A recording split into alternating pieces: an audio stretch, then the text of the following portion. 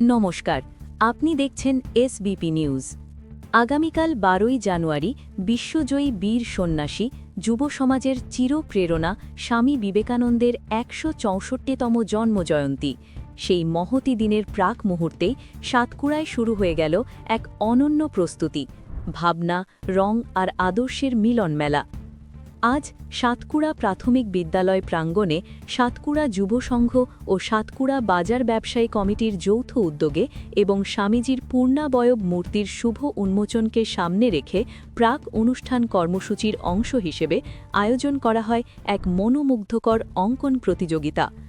রঙিন তুলির ছোঁয়ায় শিশুদের কাগজে কাগজে ফুটে উঠেছে স্বামী বিবেকানন্দের আদর্শ, তার বাণী, তার স্বপ্নের ভারত। কেউ এঁকেছে ধ্যানমগ্ন সন্ন্যাসী, কেউ বা শক্তির প্রতীক যুব বিবেকানন্দ, সব মিলিয়ে এক জীবন্ত ভাবনাচিত্র।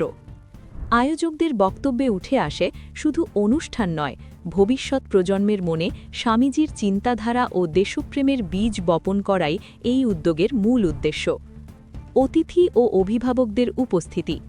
এই কর্মসূচিতে উপস্থিত ছিলেন স্থানীয় বিশিষ্টজন, বিদ্যালয়ের শিক্ষক-শিক্ষিকা, অভিভাবকবৃন্দ এবং সমাজের বিভিন্ন স্তরের মানুষ।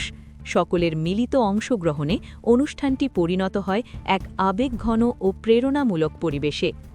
স্বামী বিবেকানন্দ বলেছিলেন, উঠো, জাগো এবং লক্ষ্যে না পৌঁছনো পর্যন্ত থেমো না। আজ সাতকুড়ার এই শিশু শিল্পীদের রঙিন ক্যানভাসেই যেন সেই আহ্বানের প্রতিধ্বনি। সাতকুড়া থেকে রিপোর্ট, এসবিপি নিউজ।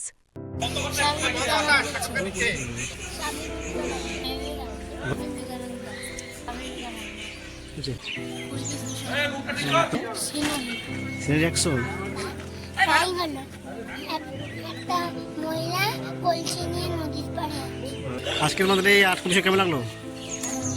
খুবই ভালো লাগলো।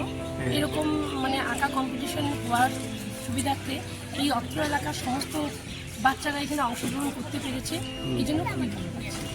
প্রতিযোগিতায় 10টার থেকে শুরু হওয়ার কথা ছিল, কিন্তু যেহেতু খুব শীত পড়েছে তাই শুরু হতে হতে কিছুক্ষণ সময় লেগেছে, 10:30 নাগাদ শুরু হয়েছে। আজকে আমরা স্বামী বিবেকানন্দ জন্মজয়ন্তী উদযাপন কমিটির পক্ষ থেকে এটি আর্ট কম্পিটিশন আয়োজন করেছি। এই এলাকার নার্সারি স্কুল থেকে, প্রাইমারি স্কুল থেকে, হাই স্কুলের সকল ছাত্রছাত্রীদের নিয়ে, আমার হলদিবাড়ির থেকেও কিছু কিছু বাচ্চা এসেছে। আর আমাদের মূল প্রোগ্রাম অনুষ্ঠান সূচি কালকে আছে। তো আমরা বাচ্চাদের বিশেষ করে এই সংস্কৃতির প্রতি উদ্বুদ্ধ করার জন্যই এই আর্ট কম্পিটিশনটি অনুষ্ঠিত করেছি।